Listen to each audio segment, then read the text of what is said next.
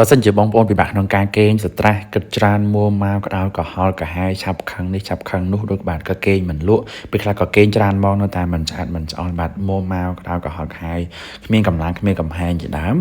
ហើយពិបាកក្នុងការគេងបងប្អូនអាចអនុវត្តតាមដែលថាខ្ញុំធ្លាប់អនុវត្តខាងក្រោមនេះបានបាទខ្ញុំអនុវត្តបន្តតែម្ដងបាទតោះបងប្អូនមុននឹងខ្ញុំបែងចែកបន្តបងប្អូនកុំភ្លេចធ្វើការ like ឬក៏ share វីដេអូនេះបន្តផងណាបាទអរគុណច្រើនបាទទី1ខ្ញុំធ្វើការហាត់ប្រាណ15ទៅ20នាទីពេលព្រឹកក៏បានពេលល្ងាចក៏បានបងប្អូនអាចបោះផ្ទះក៏បានជូតផ្ទះក៏បានលេងកីឡាក៏បានលេងអីក៏បានឲ្យបានបែកញើស15ទៅ20នាទីឬក៏បងប្អូនហាត់ប្រាណមួយអាទិត្យ2ទៅ3ដងដើម្បីឲ្យសុខភាពរាងកាយរបស់យើងដំណើរការល្អពេលដែលយើងគេងទៅគេងលក់ស្រួលមិនសូវជាឈឺដៃឈឺជើងយដាមបាទគេងលក់ស្រួលខ្លាំងមែនទែនបងប្អូនការហាត់ប្រាណនេះរត់ក៏បានដើរក៏បានឬក៏ហាត់នៅជីមក៏បានបាទបោះផ្ទះជុតផ្ទះក៏បានដូចគ្នាតែម្ដងបាទមួយទៀតបងប្អូនបាទមុនពេលចូលគេងបងប្អូនកុំមើលរឿងដែលវាមិនល្អបាទបងប្អូនគួរណាតែកាត់បន្ថយការមើលទូរស័ព្ទនេះ10ទៅ25នាទីមុនពេលចូលគេងឬក៏មុនពេលចូលគេង20ទៅ30នាទីនេះបងប្អូនកុំមើលអ្វីដែលវាមិនល្អមើលតែរឿងល្អៗបានហើយកាលណាថាបងប្អូនមើលរឿងខ្មោចមើលរឿងអីឬក៏មើលតែព័ត៌មានមិនល្អវាបណ្ដាលឲ្យខួរក្បាលរបស់យើងចងចាំពេលដែលយើងគេងទៅយើងយល់សប្តិច្រើនបាទរវើរវាជាដើមបងប្អូនបាទអញ្ចឹងហើយធ្វើឲ្យយើងគេងមិនស្កប់មិនស្កល់ជាដើមធ្វើបងប្អូនមានបញ្ហាក្នុងការគេងជាដើមបាទមួយទៀតបងប្អូនគួរណាតែចេះអានសៀវភៅតិចតួចបាទឬក៏ស្ដាប់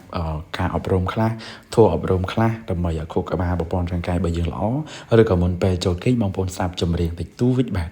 ដើម្បីឲ្យខួរក្បាលរបស់យើងនេះវា relax បាទនឹងឬក៏ងាយស្រួលក្នុងការគេងផងដែរអត់ខ្ញុំអត់ណែនាំឲ្យបងប្អូនញ៉ាំថ្នាំទេគួរតែធ្វើតាមដែលខ្ញុំប្រាប់នេះគឺល្អបែបធម្មជាតិវាអត់ប៉ះពាល់ដល់ខ្សែខួរក្បាលរបស់យើងផងដែរឬក៏មួយទៀតបងប្អូនគួរតែចេះទៅមើលដើរមើលទេសភាពវាស្រែស្រុកស្រែជិះកង់ក៏បានជិះម៉ូតូក៏បានសម្ភាសជាមួយនឹងធម្មជាតិខ្លះកុំនៅតែម្នាក់ឯងឬក៏បើសិនជាយើងនៅម្នាក់ឯងឯកឯកាហើយយើងគួរតែចេះដើរចូលចំណោមគេផងបាទបើនៅម្នាក់ឯងហើយអត់ដែរដើរចាញ់ក្រៅទៀតបាទគឺឯកាខ្លាំងមែនទែនដើរទៅនេះមើលគេមើលឯងខ្លះរកកន្លែងណាស្ងាត់អង្គុយអានសៀវភៅម្នាក់ឯងអង្គុយញ៉ាំកាហ្វេម្នាក់ឯងអង្គុយដកដង្ហើមម្នាក់ឯង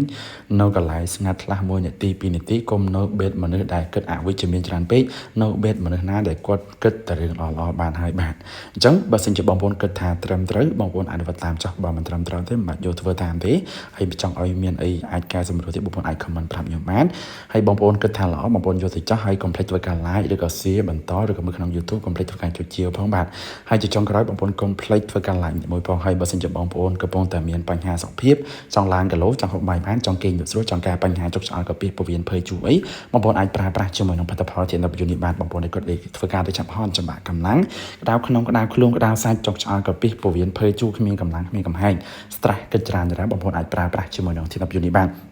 វាជួយបងប្អូនហូបបាយបានគេងលក់ស្រួលធ្វើការទៅបំផាត់កម្លាំងកែបញ្ហាក្តៅក្នុងក្តៅខ្លួនក្តៅសាច់តាមមុំទាំងប្រើបានទាំងប្រុសទាំងស្រីបងប្អូនចាប់អារម្មណ៍ឆាតមកឡើយនេះមាន promotion ពិសេសជូនផលិតផលច្រើនបាទក្រោបជ្រាប